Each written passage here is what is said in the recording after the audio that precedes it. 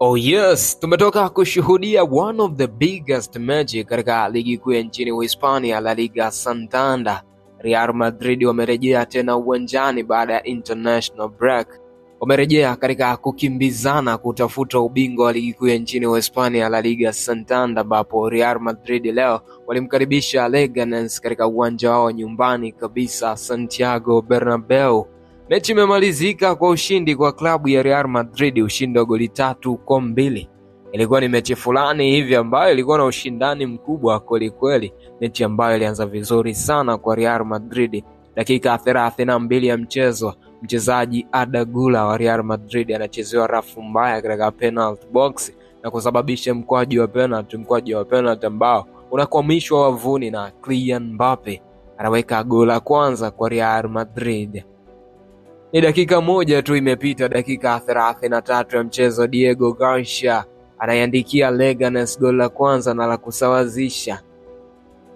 Mpira likaendelea kupigwa, mashambulizi ya hapa na pale kwa pande zote mbili. Dakika 41 ya mchezo, Dani Raba anaongeza goli la pili kwa Leganes. Mpaka dakika 45 za kipindi cha kwanza zinatamatika, Real Madrid 1, Leganes 2.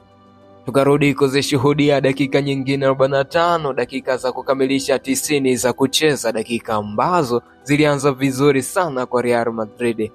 Jude Bellingham anaandika goli la pili kwa Real Madrid katika dakika 47 ya mchezo na kulevel scoreboard. Pira likaendelea kuchezwa, mashambulizi hapa na pale, nipe nikupe kwa pande zote mbili. Mpaka ilipofika dakika 76 ya mchezo, Kylian Mbappe anaandika goli la 3 kwa Real Madrid. Goli la free kick ya 1-1 ambayo imezama katika lango la Leganes. Linakuwa goli la 3 kwa Real Madrid na goli la pili kwa Kylian Mbappe katika mchezo huu, lakini linakuwa goli la 22 kwa Kylian Mbappe katika msimu huu wa ligi kuu nchini Uhispania, msimu 2024-2025. Full time Real Madrid 3, Leganes 2.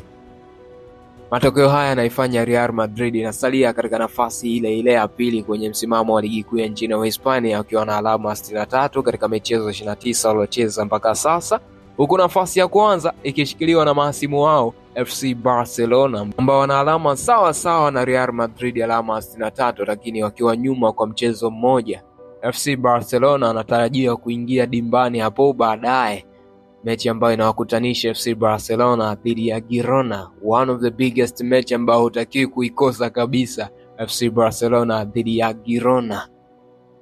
Nafasi ya 3 iko Atletico Madrid ikiwa na alama 57 katika michezo 29 waliocheza mpaka sasa, huku nafasi ya 4 ikishikiliwa na Athletic Club wakiwa na alama 52. Villarreal iko nafasi ya 5 ikiwa na alama 44, huku nafasi ya 6 ikishikiliwa na Real Betis ambao wana alama 44 katika michezo 28 waliocheza mpaka sasa.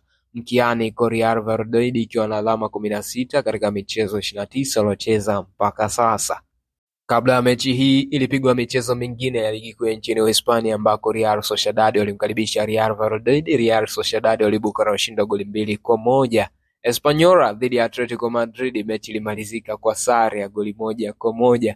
Ni kama Atletico Madrid hawazitaki tena mbio za ubingwa kwa sababu wamekuwa na mwendelezo mbaya bana. Wanapoteza pointi kila kukicha.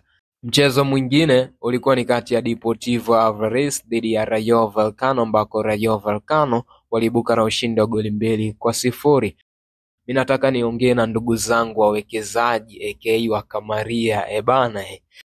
Kwa leo katika ligi kuu nchini Uhispania, vipi? Mkeka wako una hali gani? Naomba niambie hapo kwenye comment. Hapa ni Super 12 ya Dino Television. Endelea kutufollow kwa taarifa nyingi zaidi za kimichezo.